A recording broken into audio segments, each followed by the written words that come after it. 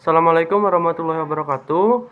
Alhamdulillahirrahmanirrahim. Assalatu wassalamu ala asrafil anbiya'i wal mursalin Sayyidina wa maulana Muhammadin wa ala alihi wa sahbihi wa sallim ajmain amma ba'du.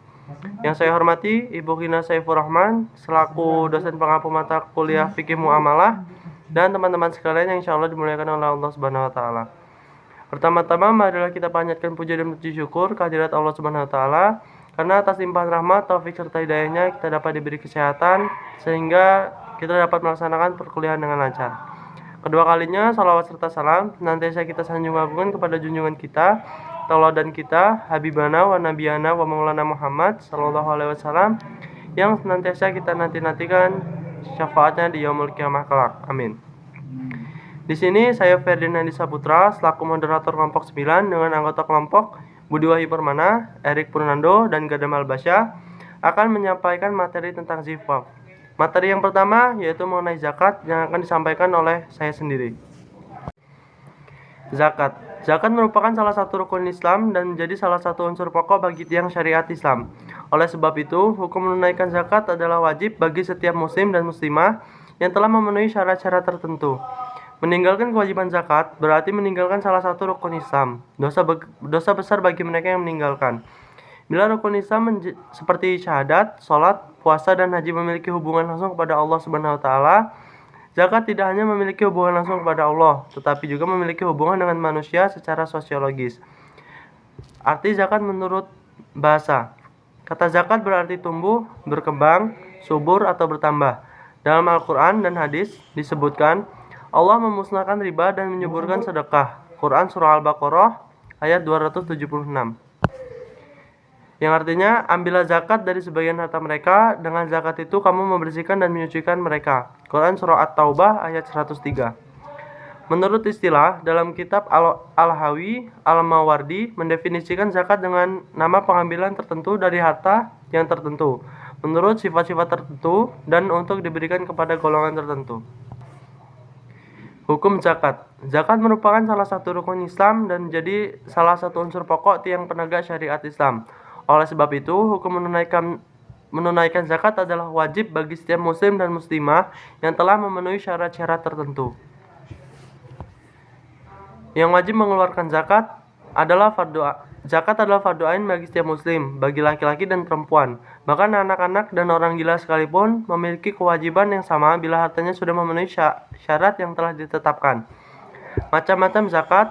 Yang pertama adalah zakat nafs atau jiwa. Disebut juga zakat fitrah, harta yang wajib dikeluarkan pada bulan dan sebelum pelaksanaan sholat Idul Fitri. Yang kedua adalah zakat mal atau harta. Harta yang sudah memenuhi syarat tertentu dan wajib tertentu pula dan waktu tertentu pula wajib mengeluarkan zakat mal. Jenis-jenis harta yang wajib dizakatkan. Yang pertama, emas dan perak. Yang kedua, binatang ternak. Yang ketiga, barang dagangan dan keuntungannya. Dan yang keempat adalah hasil pertanian dan buah-buahan. Syarat dan sebab harta wajib zakat. Yang pertama adalah memenuhi nisab.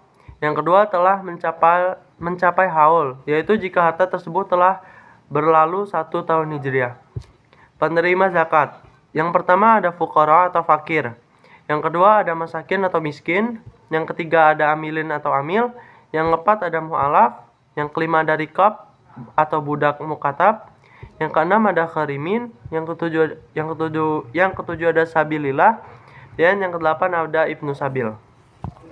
Baik, sekian pemaparan saya mengenai zakat. Materi selanjutnya akan disampaikan oleh saudara Erik Purnando. Materi selanjutnya yaitu pengertian infak atau sedekah. Infak berarti mengeluarkan sebagian harta untuk kepentingan yang diperintahkan ajaran Islam. Jika zakat ada nisabnya, infak tak mengenal nishab. Infak dikeluarkan oleh setiap orang yang beriman baik dalam keadaan lapang maupun dalam keadaan sempit. Quran Surah Al-Imran ayat 143. Infak boleh diberikan kepada siapapun, misal untuk kedua orang tua, anak yatim, dan sebagainya. Quran Surah Al-Imran. Selanjutnya Baitul Mal Tamziz. Baitul Mal Tamziz adalah lembaga sosial bagian dari Baitut Tamwil Tamziz yang secara khusus mengelola dan memberdayakan umat. Tujuan Baitul Mal Tamziz adalah untuk mengangkat derajat dan martabat kaum duafa sebagaimana diperintahkan oleh syariah Islam. Pentingnya infak atau sedekah. Yang pertama, indikator utama ketundukan seorang terhadap ajaran Islam. Yang kedua, ciri orang yang mendapatkan kebahagiaan. Dan yang ketiga, mendapatkan pertolongannya. Yang keempat, memperhatikan hak fakir dan miskin serta para mustahik. Yang kelima, membersihkan diri dan hartanya, menyuburkan serta mengembangkan dan mensucikan jiwanya.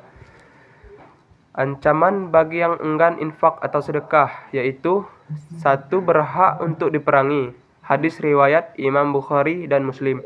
Yang kedua, harta bendanya hancur dan rusak. Hadis riwayat Imam Bazzar dan Baihaqi. Yang ketiga, jika keengganan itu telah memasal, maka Allah Subhanahu wa taala akan menurunkan azabnya dalam bentuk kemarau panjang. Hadis riwayat Imam Tabrani. Hikmah infak atau sedekah. Yang pertama, menolong, membantu dan membina kaum duafa maupun mustahik ke arah kehidupan lebih sejahtera, sehingga mereka dapat memenuhi kebutuhan hidupnya, terhindar dari kekufuran, memberantas sifat iri, dengki, dan terjaga dari martabat ketika melihat orang kaya yang berkecukupan.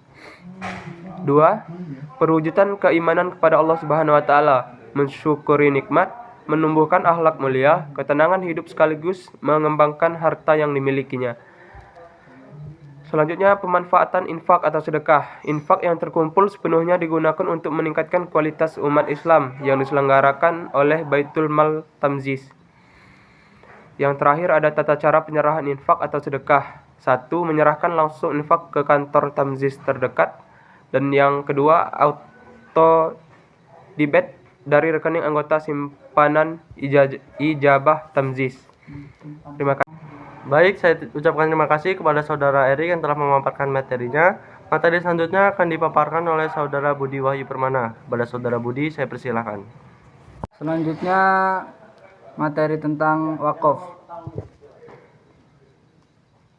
Wakaf uang atau cash wakaf atau al-nuqud merupakan wakaf yang dilakukan seseorang, kelompok orang, lembaga atau badan hukum dalam bentuk uang tunai atau cash.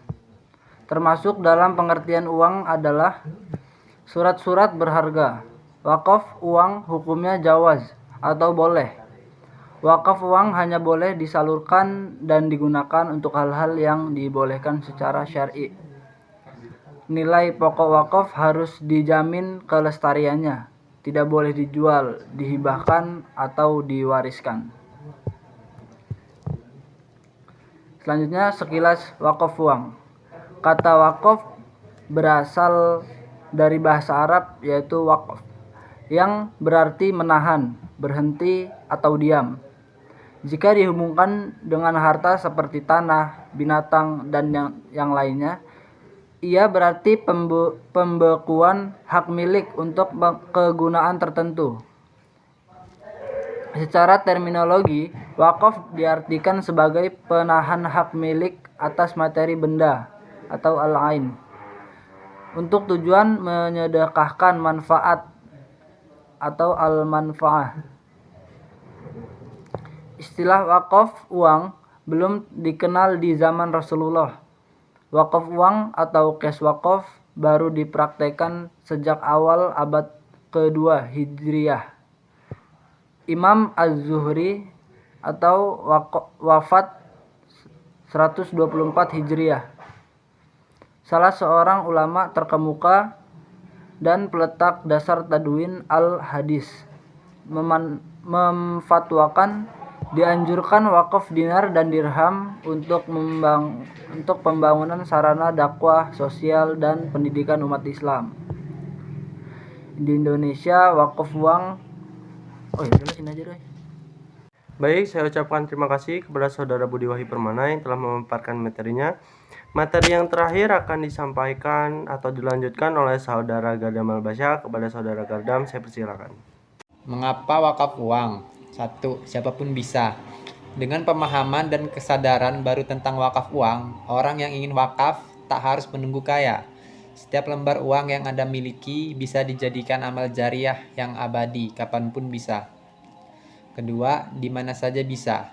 Wakaf uang lebih gampang karena kami penanggung jawab wakaf uang tamziz menyediakan kotak di masing-masing meja karyawan atau kantor tamziz di seluruh Indonesia. Dengan begitu, niat wakaf uang Anda dimanapun bisa dilaksanakan, tak usah menunggu. Ketiga, uang tak berkurang. Uang yang Anda wakafkan tak sepeser pun akan berkurang jumlahnya.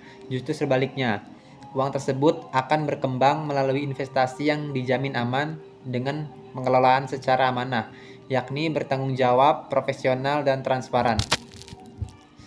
Kemudian penerima manfaat.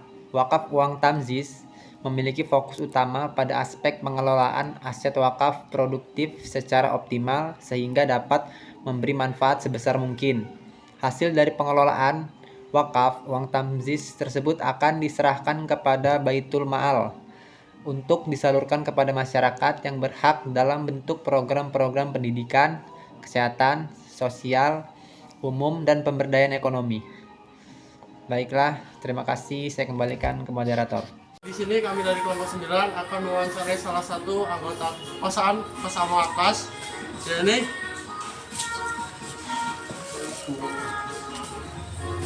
Kesana.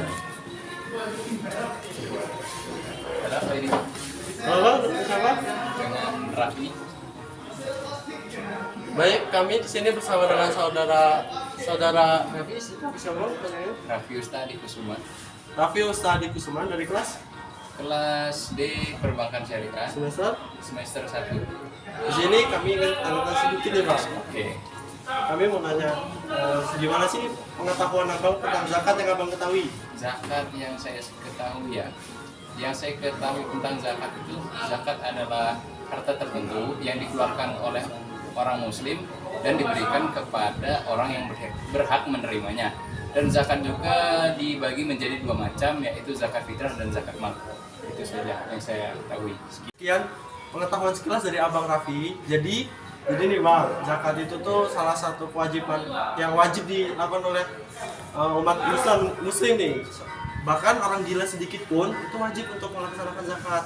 Tapi dengan satu syarat, dia memiliki harta yang benar-benar sudah mencapai nisab. Jadi mungkin hanya itu yang dapat kami sampaikan. Baik. Kami juga masih dalam tahap belajar nih. Kami terima kasih atas waktunya. Oke. Terima kasih Bang atas waktunya. Sama-sama. Kami sih pamit dulu ya Bang ya. Oke ya.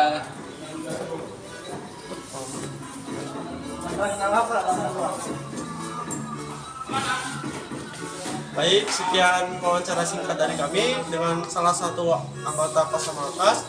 Kurang lebihnya kami mohon maaf. Kami akhiri. Wassalamualaikum warahmatullahi wabarakatuh. Waalaikumsalam warahmatullahi wabarakatuh.